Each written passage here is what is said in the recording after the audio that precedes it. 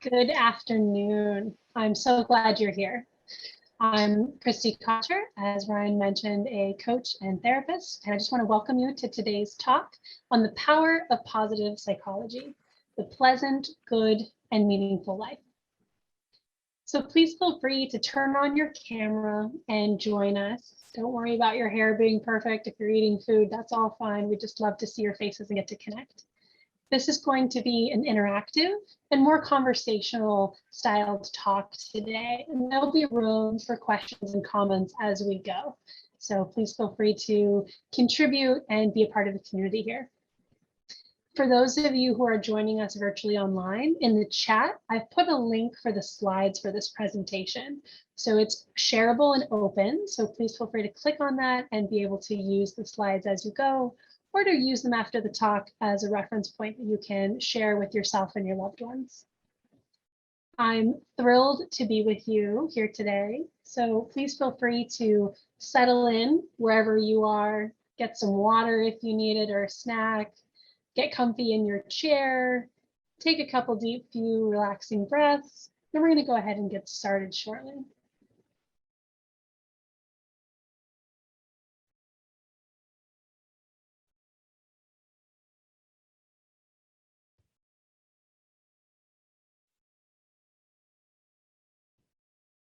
All right, can everybody see my slides there?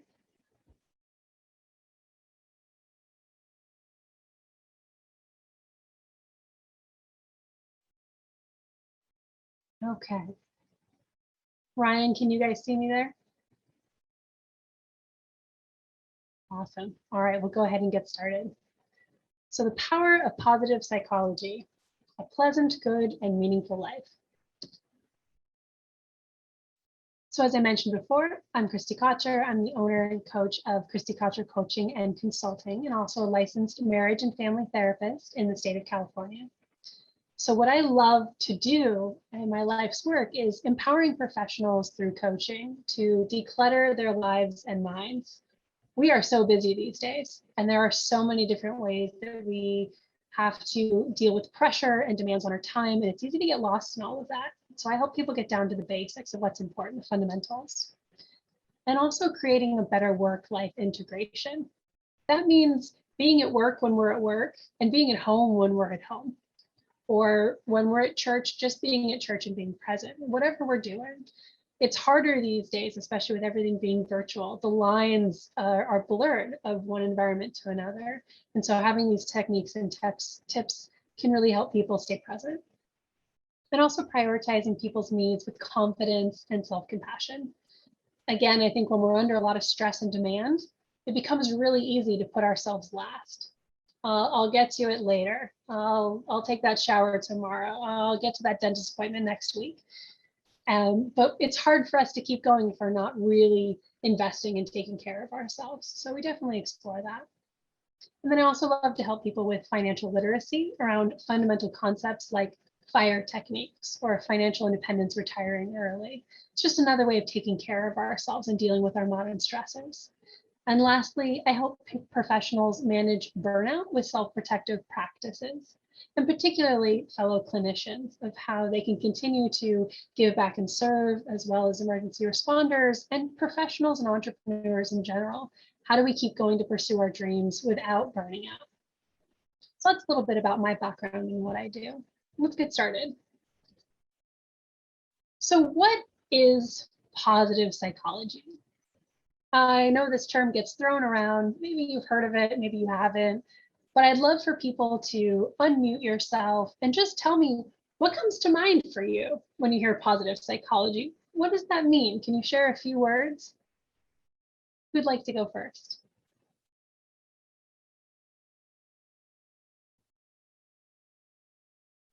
I'll go.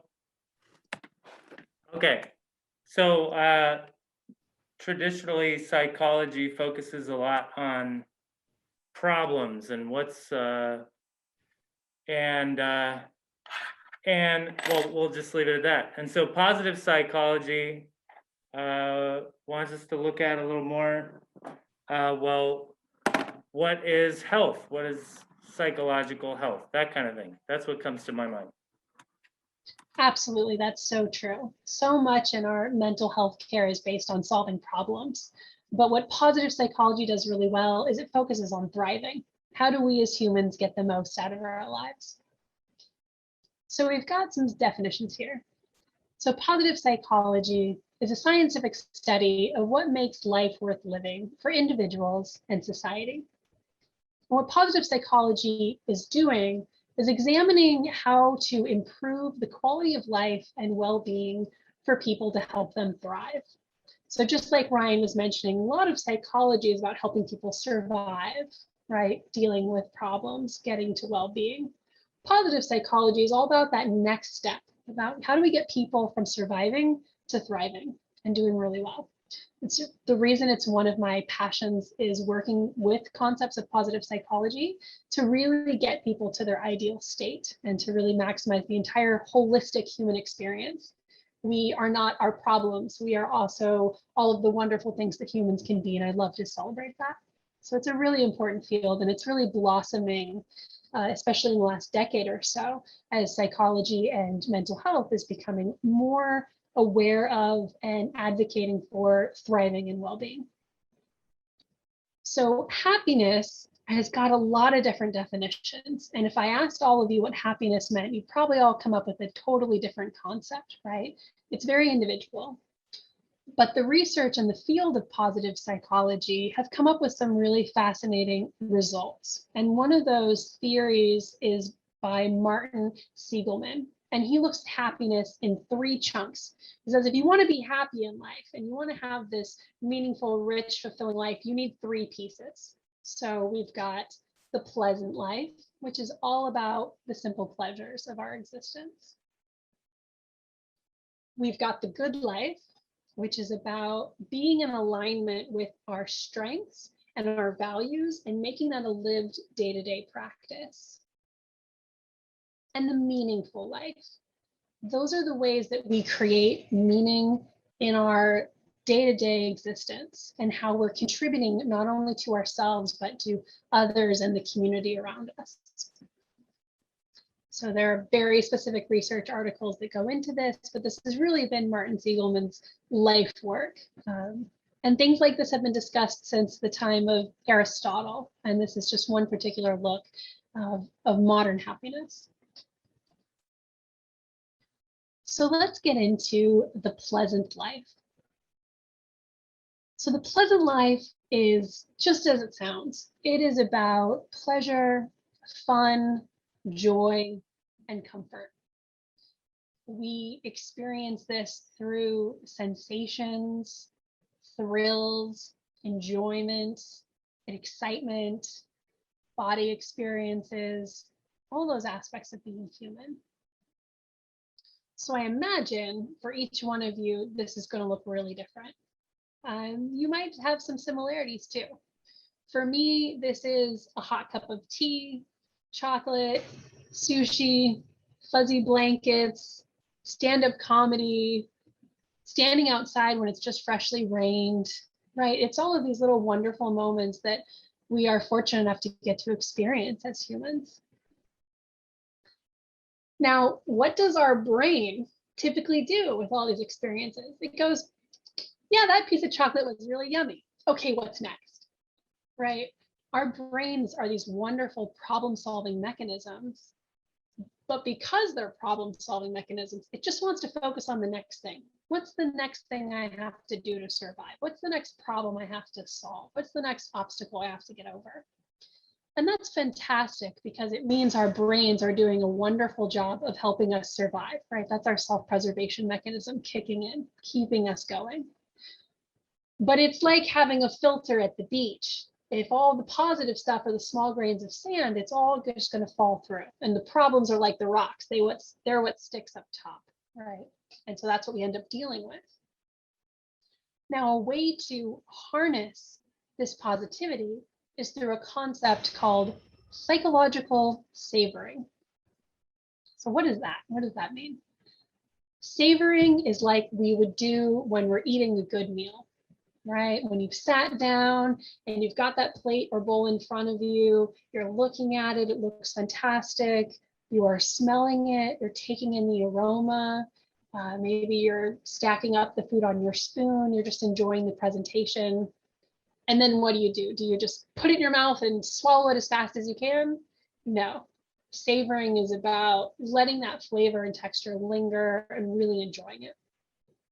So psychological savoring is the same concept, but for our psychological experience. So it means focusing on the positive experiences that we have in life in order to amplify and maximize our inherent happiness. So I want to have us give this a shot right now to try this out. So feel free to close your eyes or to keep them open, whatever you feel most comfortable with. And I want you to just think about something good that happened in your day, whether it was last night or this morning or this afternoon. I want you to just take the next few moments and just revisit it. Play it back in your mind. What was it like? How did it make you feel? What was it like in your body to experience that positive moment? And what was it? Was it something you were tasting, smelling, something you were seeing with your eyes, something you were feeling inside of your body, a thought or emotion that was occurring internally? Just want you to sit with that.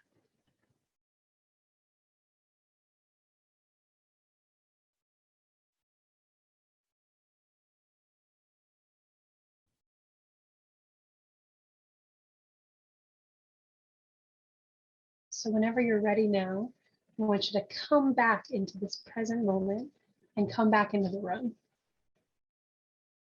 So by show of hands, when you did this exercise, who came up with something positive in their day?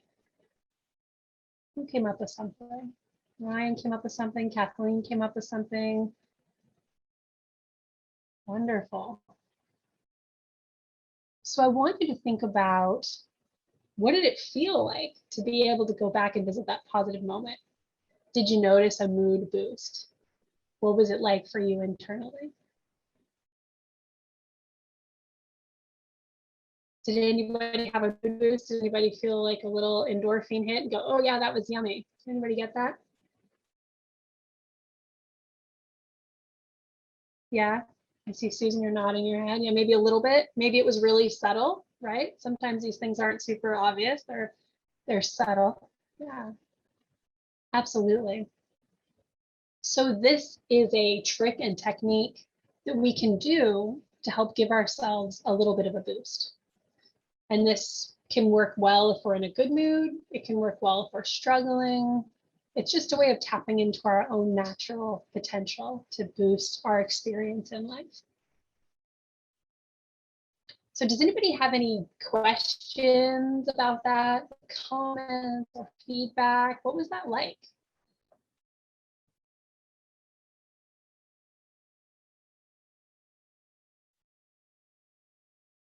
Anybody want to unmute? I have a question. Yeah, please. On the positive, on the experience that you were suggesting we think about, is it something, a physical interaction, or could it be more emotional? There were two different. Okay. Yeah, and that's wonderful that you were able to come up with more than one, right? We have such a diversity of experience, both with the external world and internally within us. So congratulations for being able to find that. Great question. Does anybody else have questions or feedback? Just want to share what that was like for them.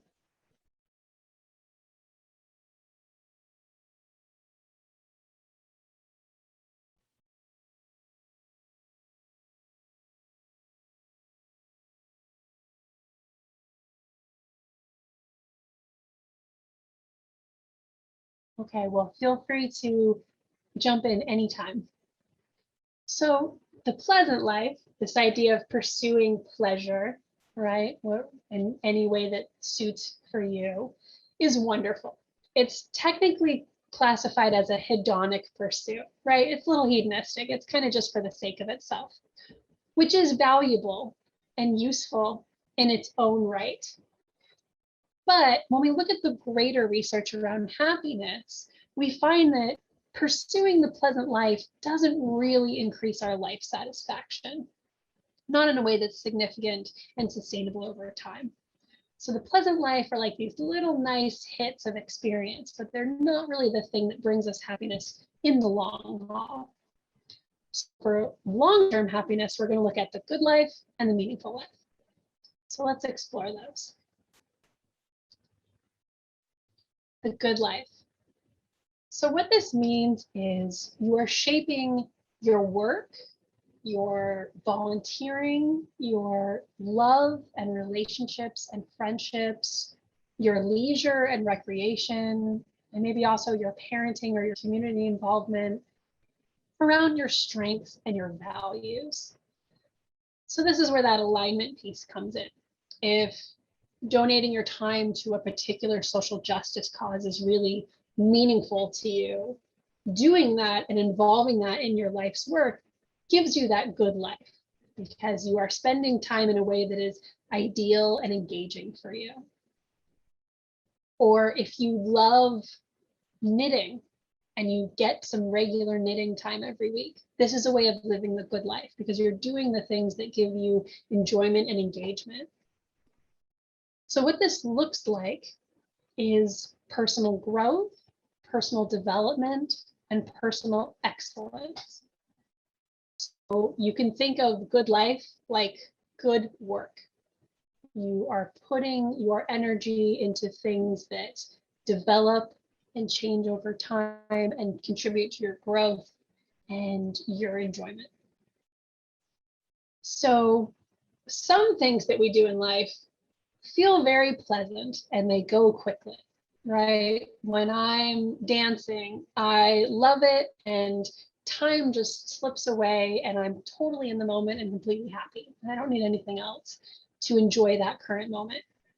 When I am filling out my taxes, I feel like time is crawling and it's agonizing and I don't enjoy it because taxes are not my favorite thing, right? So that gives us an example of being in flow state. Has anybody heard of flow state before? Do you know this term? No? Okay. So this just means you're totally in the moment. So I want you to think about your favorite activities, things that you really, really love to do and consistently go back to, right? For me, it's dancing. For you, I'm sure you've got other things that you really enjoy. When we're doing those things and we're fully present and we're fully involved, that's when we're in flow state.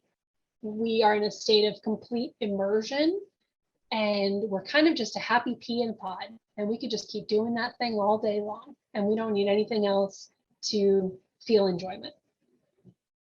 So in the research, flow state is defined as achieving the right mix of engagement and challenge. So if something is too easy for us or it's not stimulating enough, it's not really flow state because we're not getting that right level of engagement and stimulation. So for some people, like menial tasks, maybe like doing the dishes, it feels a little bit boring, right? Because we're physically doing stuff, but our mind isn't really engaged. So we're not really in that flow state. Versus if you love crossword puzzles and you're 2 words away from solving the whole thing and you're just racking your brain for that one word that you need to fit those spaces, that's an example of being in flow state. You're completely immersed, you're doing the activity, you're totally focused, and you are enjoying what you're doing. So I want to give us another exercise in thinking about your flow state. So when you think about flow state, what kind of activities come to mind? Where are you totally engaged and enraptured and immersed and completely happy doing those activities? Does anyone want to share what theirs are?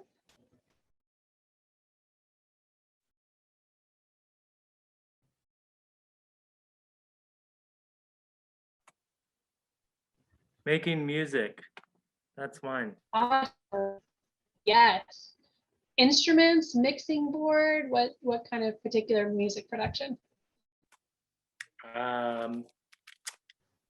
playing instruments and making up songs and playing along with other people or recordings. Yeah. Absolutely. And you can't be distracted when you're doing that, right? If you're playing the guitar and you start thinking about what you're going to have for dinner that night, you're going to miss a chord, right? That's right. That's right. And sometimes we do. That's normal as humans, right? Our attention span is about 8 minutes or so before we kind of shift and then come back. So that's normal too. That's also a part of being in flow state. You're kind of continuously coming back to that wonderful, delicious, enjoyable sense of immersion. Susan, did you have an activity that you get flow state in? I guess gardening is one. Absolutely. Once I'm out there, I just lose complete track of time. Just totally involved. And happy, right? You're enjoying Happy. that. Yeah. You don't need anything else. You're not thinking about what happened last Tuesday or what's happening next Wednesday. You're right in that moment with your plants, enjoying them, watching them grow.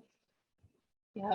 Smelling the dirt, right? Feeling the sun on your body. Hopefully you're not getting a sunburn because you're out there losing track of time. Yeah, picking vegetables. Yeah. What are some of the things that you're growing right now? String beans, tomatoes, lettuce, cucumbers. Fantastic. We're coming to your house for dinner. Okay.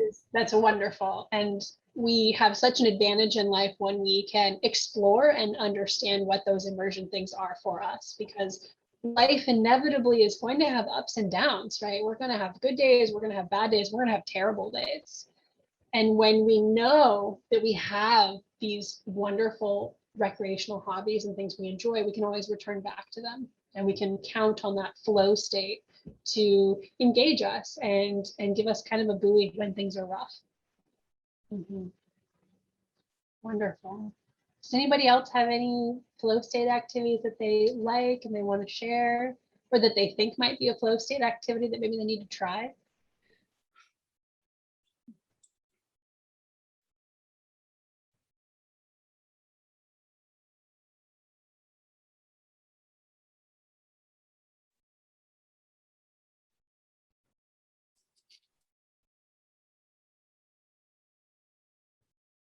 All right, well, it's something to chew on and to just think about as you're going through your day-to-day life, thinking like, what are my flow state activities, and what can I bring in that maybe can bring some more of that happiness?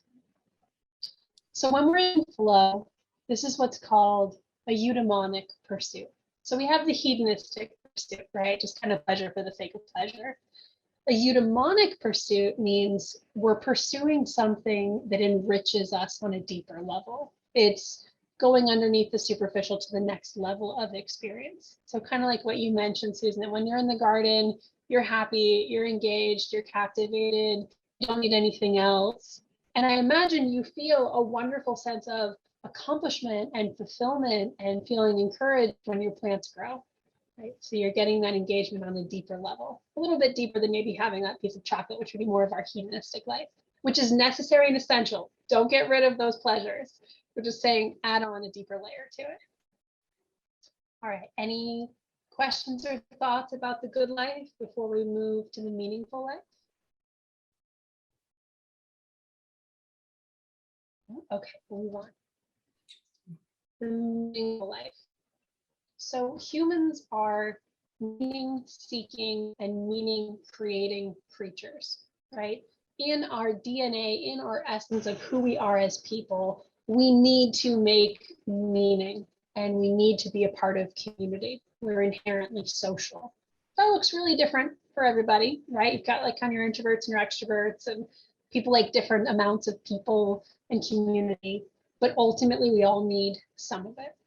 So the meaningful life means getting fulfillment from using our talents and our strengths to serve the greater good, to benefit other people, and to just in general make the world a better place. To feel a sense of contribution and connection really supports our well-being. So this looks like belonging, purpose, just doing well, right? I think we all know those people in life where they kind of seem to have all the ducks in a row. They kind of seem to have figured out that secret sauce for being able to deal with the ups and downs and still feeling relatively positive about life. Typically, those folks have figured out how to have pleasant, good, and meaningful lives. They're incorporating all of those elements. So back in the beginning, we talked about our brains being problem-solving mechanisms, right? They're kind of just focused on the next problem we have to solve. What's for lunch today? What do I need to get in the grocery? Or who do I need to call back? Those sort of things. And we don't spend a lot of time looking at those positives. We have to really hold on to that savoring, right? We have to really captivate and grab those positive moments. One of the things that we can do to support this process, which I think becomes especially more important as we age and become older, is doing what's called a life review. And what this means is you're creating positive meaning and interpretations of your life existence and experience. You're looking back and saying, what's the cool stuff that has happened? What's the important and meaningful stuff that I've done? What am I really proud of? What was wonderful that I was able to do or accomplish or even to try, even if it all didn't turn out perfectly? What was I brave enough to speak up and say or try? When we look at these things, it can really add to our sense of well-being, confidence, and a sense of self-efficacy, or our belief in ourselves that we can do things and sort of make life happen. So I want to give you an invitation for another exercise here. And this one you're just going to do internally. We're not going to share it publicly. But I want you to take a moment and think about these things that have happened in the past that you are very proud of, you felt a deep sense of accomplishment around, that you were pleasantly surprised or happy with how it all turned out. And I want you to just really sit with it for a moment and really soak it in. What's the cool stuff you've done? What are the hurdles you've accomplished? What's the stuff you worked through and you got to the other side? Just want you to sit with that for a second.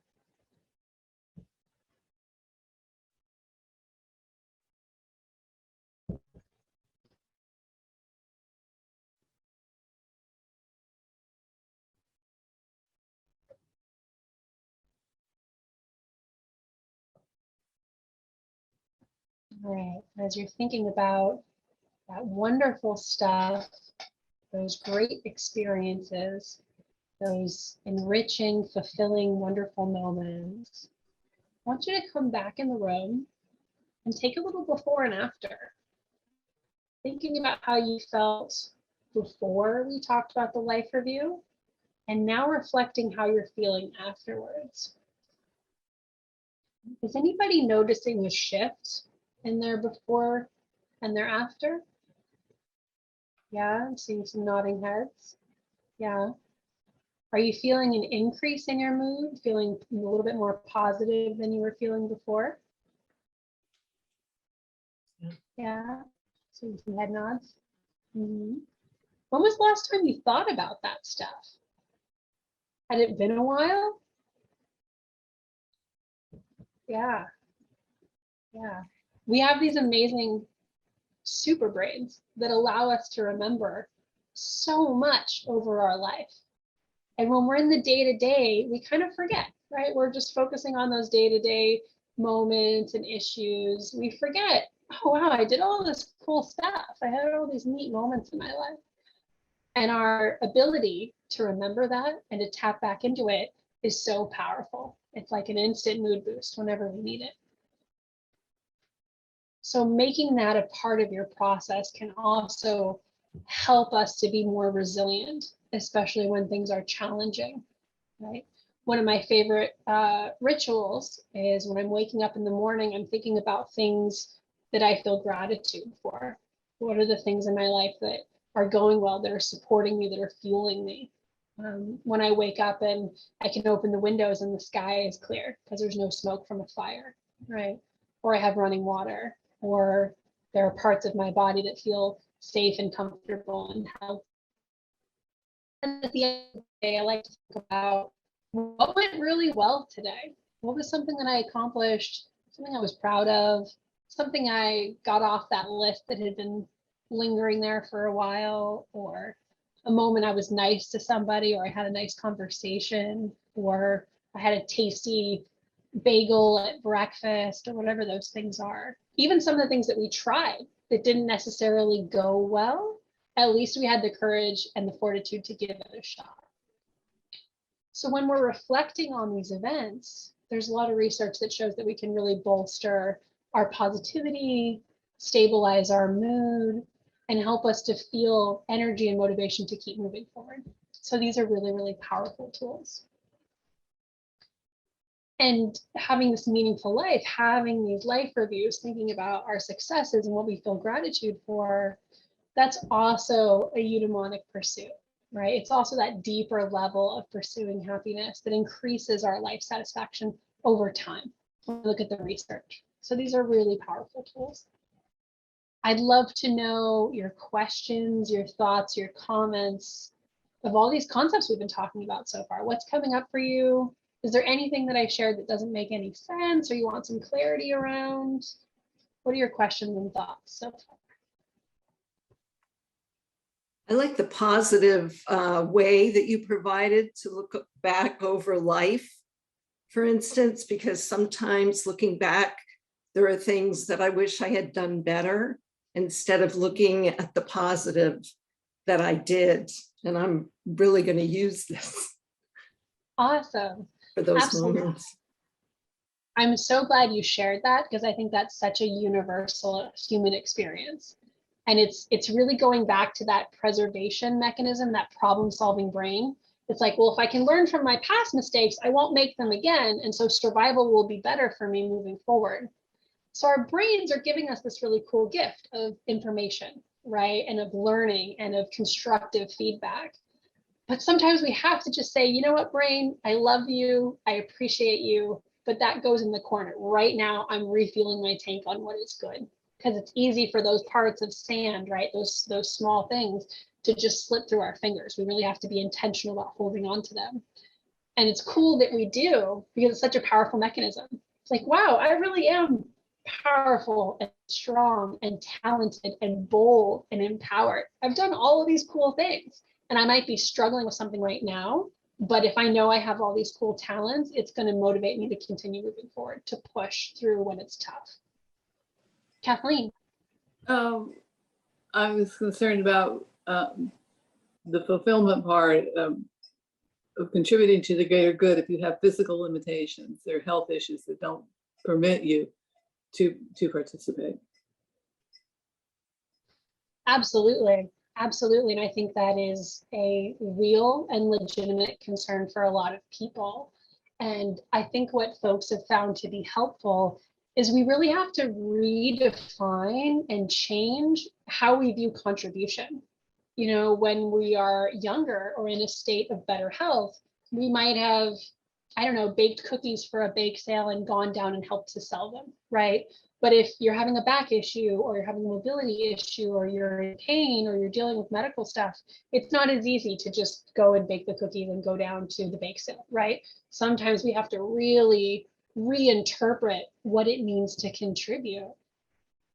And we also have to remember that we do have something to contribute. Sometimes just being a person with life experience and sharing that with younger folks, or writing letters to representatives about things that we care about, or, you know, being able to hop on a Zoom call and participate. There are a lot of different ways that we can reinterpret that. So I think what you're sharing is perfectly valid. And I just encourage folks to sort of spin it on its head and say, you know, I do have a lot to contribute. What are ways that I want to do that are realistic for what my body will let me do right now?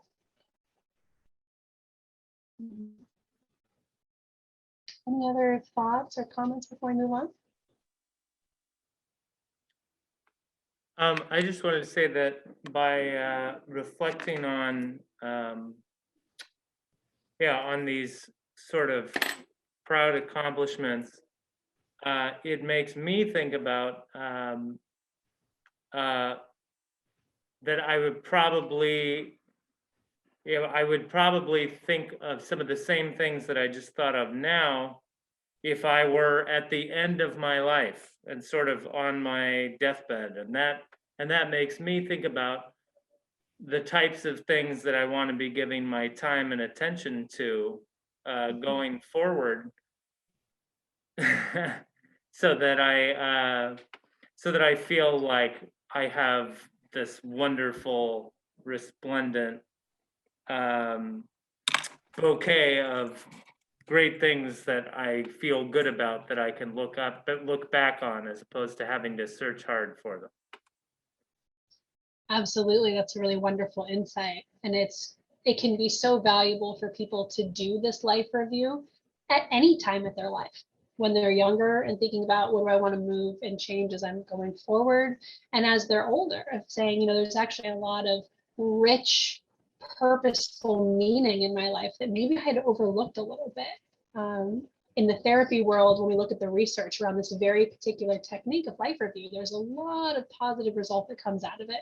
Sometimes it's a little rocky, right? Sometimes we're looking at that and going, oh yeah, some of these choices really didn't come out as I'd hoped that they did. But I was able to change tacks. I was able to try it again. I still have time, right? If you're still breathing and you still have lungs and your air in your lungs, there is still a possibility of changing the way that you view life, enrich your life, and move forward. So it really has value for us at any point in our life. Wonderful. I'm going to go ahead and keep moving, but if you have any comments or concerns, please just jump in. So maximizing our positivity potential. So we've talked about a lot of things so far that we can do to boost our experience of life in a more positive way. We've talked about psychological savoring, holding on to those positive moments, being in flow state, doing those activities that we really enjoy, that we really feel immersed in, doing a life review, right? Having a positive take on our experiences and what we've done over the time that we've been alive. There are also some other techniques. So things like reframing self-care can be a big one. So for some people, the word self-care can make them a little uncomfortable, right? This idea that we need to really put ourselves first and really take care of all of our needs.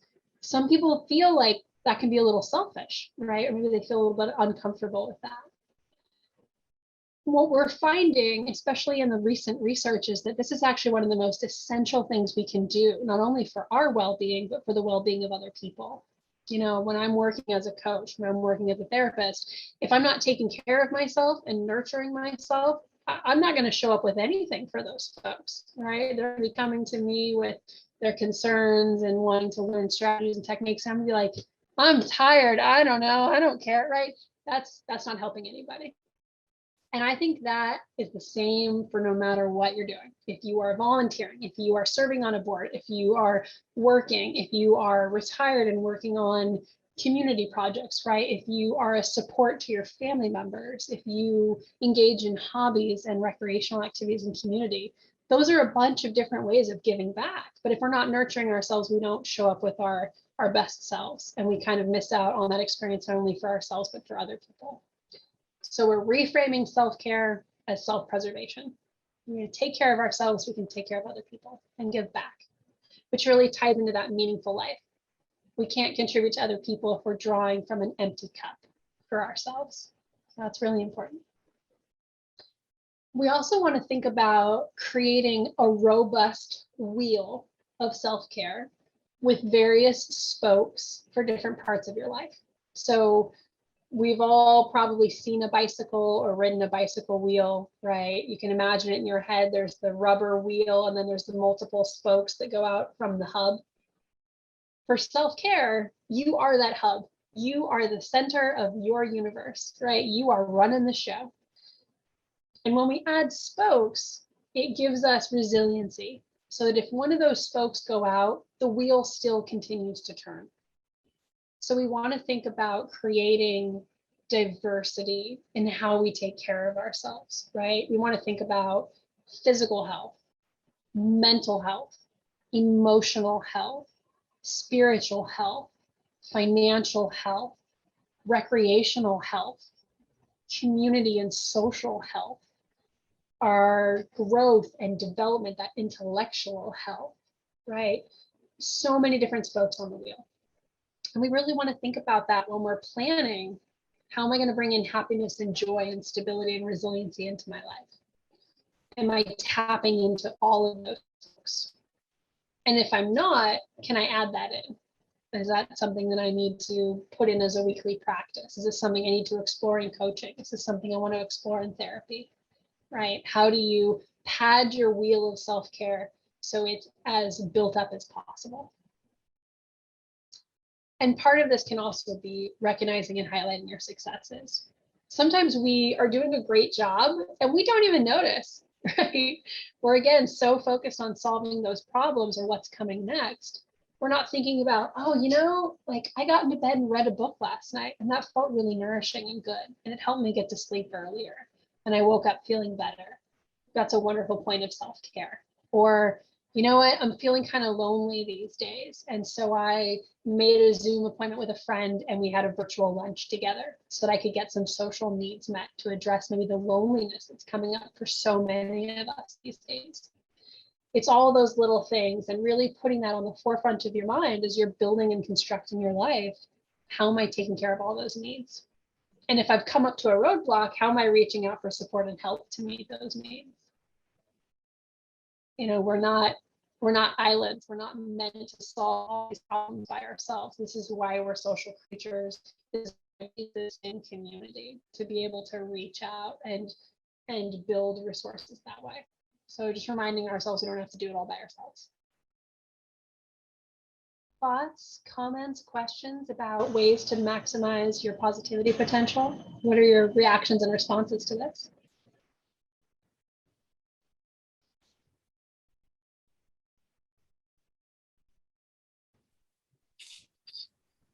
Go ahead, Susan. I just appreciate that you mentioned this, just the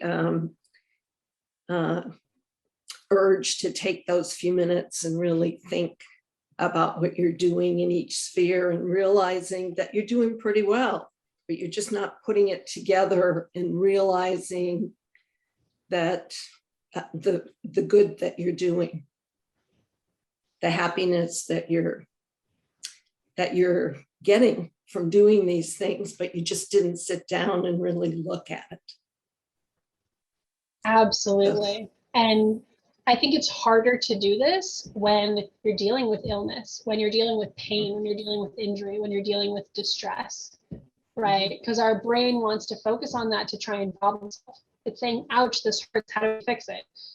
Over and over and over again. And at some point that doesn't really become useful anymore, right? I mean, sometimes we have chronic things that we have to learn to manage versus solve, right? And that can be part of our self-care wheel too, is creating those really realistic expectations for, I've only got this much energy, or I've only got this much time, or whatever the limited resources are, and then working around that sustainably with expectations that are realistic. We feel good when our expectations meet reality, right? When those are lined up. When there's a gap in between, we suffer. If we're dealing with a chronic illness, but we expect ourselves to perform like we're perfectly healthy, that's going to create a lot of distress in between.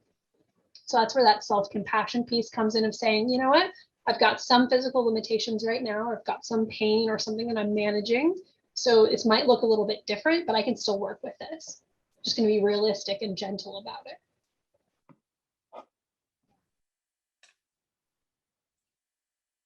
Awesome. Well, let's move forward. So these are kind of the big takeaways, right? Of all the things we've talked about today, aligning yourself with happiness. What are the main principles that you can use moving forward? So we know that happiness from the research comes from engaging in those eudaimonic pursuits, that good life and that meaningful life of personal growth, excellence, and contributing to the lives of others. So I think if we keep coming back to those flow state activities, if we keep coming back to our communities and how we participate and engage, that's where the good stuff is. And you have to keep the pleasant life too. You need fuzzy slippers. You need a little bit of a hot cup of tea or a little treat or whatever those things are that you enjoy that give you those positive body sensations. You need touch, you need friendship, you need all of those things. And marrying those together, having all three parts, the pleasant life, those pleasures, the good life, the flow state, and the meaningful life, the connection and the meaning.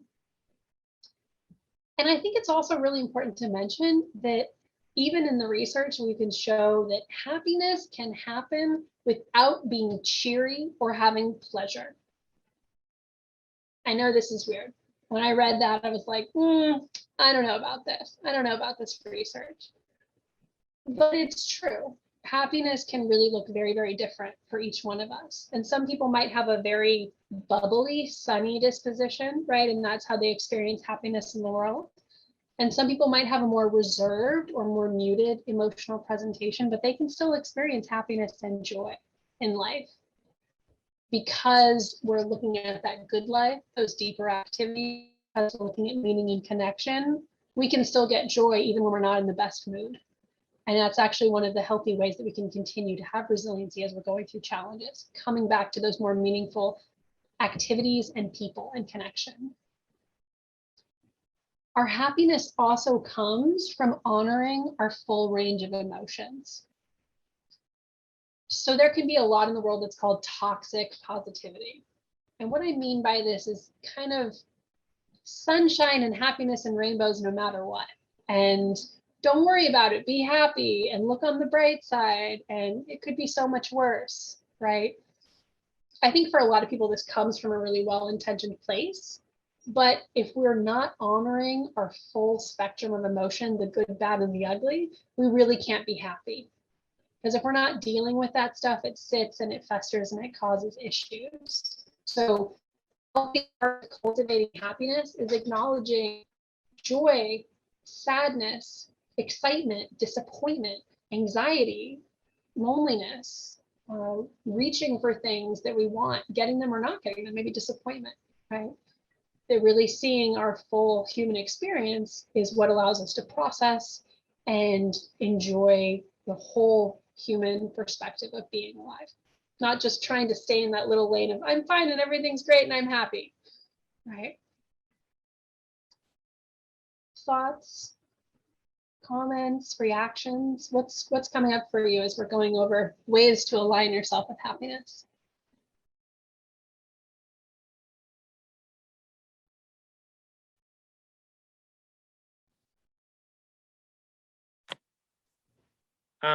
So I'm just checking, you talked about 3 layers, sort of like pleasures, activities that are like maybe flow state, and then meaning making activities. Mhm. So are you thinking of that as those as sort of 3 layers of that are all necessary in some combination for aligning yourself with happiness? And I'd be curious to learn more about kind of a little more maybe about any of the research that goes into that idea of those 3 layers and why they all seem to work or that kind of thing. Yes, absolutely. And that's really the theory of happiness that Siegelman has defined, what you've just talked about, having all 3 pieces, that pleasant life of pleasure, good life of flow state activities, and meaningful life, which is connection, community, and working towards something bigger than yourself. That we're happiest when we have all 3, right? We really want to think about this is like a cake with 3 layers. It needs the cake, the frosting, and the sprinkles to really be a whole cake. But the cool thing is that the research also shows is that sometimes we don't get a lot of those sprinkles. We don't get a lot of that pleasure, right? Sometimes life feels a little rough and we're not getting as much of that. If we still have the good life and the meaningful life, we can still enjoy happiness, even if we're not having a lot of those more simple pleasures. So we want to shoot for all 3. That's where the most happiness and fulfillment comes from. But if we can't get all 3, we can still be okay if we're having a good and meaningful life. If we're doing things that engage us and we're doing something that's bigger than ourselves. And I think when each one of us thinks back, I know this is true for myself as well. When I think about challenging times in my life, where I wasn't having a lot of pleasure. Things weren't going well. I wasn't feeling great, but I still felt satisfaction and meaning and some level of contentment because I was doing activities that I enjoyed and I was connected with a purpose bigger than myself.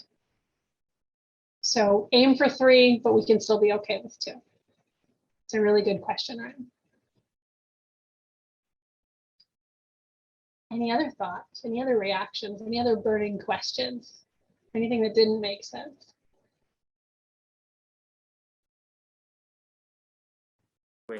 Wait, we do have a question here, so I might have to repeat it. Hold on 1 second. Okay. Okay, you mentioned many factors which get in the way of being happy. A lot of them, and I'm wondering, how do we break through some of those layers to get down to being happy in this life that we have? Could you hear that? I could, and thank you. That's a really wonderful question. That's our life's work, isn't it? We are up against a lot. Not only are we dealing with our own personal experiences, our personal pains, we're dealing with larger issues, right? Larger issues of social justice, racial justice, economic justice. We've got climate change. We've got the political landscape, right? We've got the pandemic we're all trying to survive. It's very, very easy for a lot of stuff to get in the way of our happiness. And when we look at the research, we find that people who are using these internal techniques, who are focusing on resiliency, are the ones who are able to create more contentment and happiness. Maybe they're not fully content and happy depending on what is going on in their life, but they're creating more of it. So that's something I work really specifically with in coaching, is looking at what are all the aspects of what you're dealing with in your life and how do we cultivate the most happiness? Sometimes that means people go to therapy, right? Sometimes there are specific therapeutic issues that are coming up, whether they're past experiences, traumas, ways of looking at the world that are not serving them. And sometimes it's a matter of just going up against what's been handed to us. Sometimes awful things just happen to us in life. Sometimes we experience loss, we experience discrimination, we experience tragedy, right? And we don't have control of those actions. But what we do have control of is how we honor them, process them, and move forward and make meaning from them. And when we focus on that, what's within our control, we can then be our best equipped selves to move forward with as much happiness as we can possibly get. I hope that was helpful in clarifying that question. Thank you, Sarah, very much. That was very helpful. Very helpful, she says. So glad, so glad. These are wonderful thoughts. This is big stuff, right? This is maybe not as light of a talk as you thought it was going to be on a Thursday afternoon. So it makes sense that these are complicated landscapes that each one of us are walking down. But there's some really cool stuff that shows these common factors when we return to pleasant, good, and meaningful lives, that we're getting the most out of it. Well, that wraps everything up for me. Again, I do coaching, training, and consulting for individuals and companies. I have a website here, christykocher.com, and also an email address and my direct phone line. Please reach out to me with your thoughts, questions, your concerns. Please ask for these slides again if you'd like to share this presentation with somebody else. We also will have the recording of this talk. So if you'd like to get this recording and share it with somebody else who you think would benefit from, please do. I'm happy to share it. I'll be posting it up on my website and my social media on LinkedIn and Instagram to share this with the world. So that's a way of me tapping into my meaningful life and being able to contribute beyond myself. So don't hesitate, please reach out. I'd love to connect.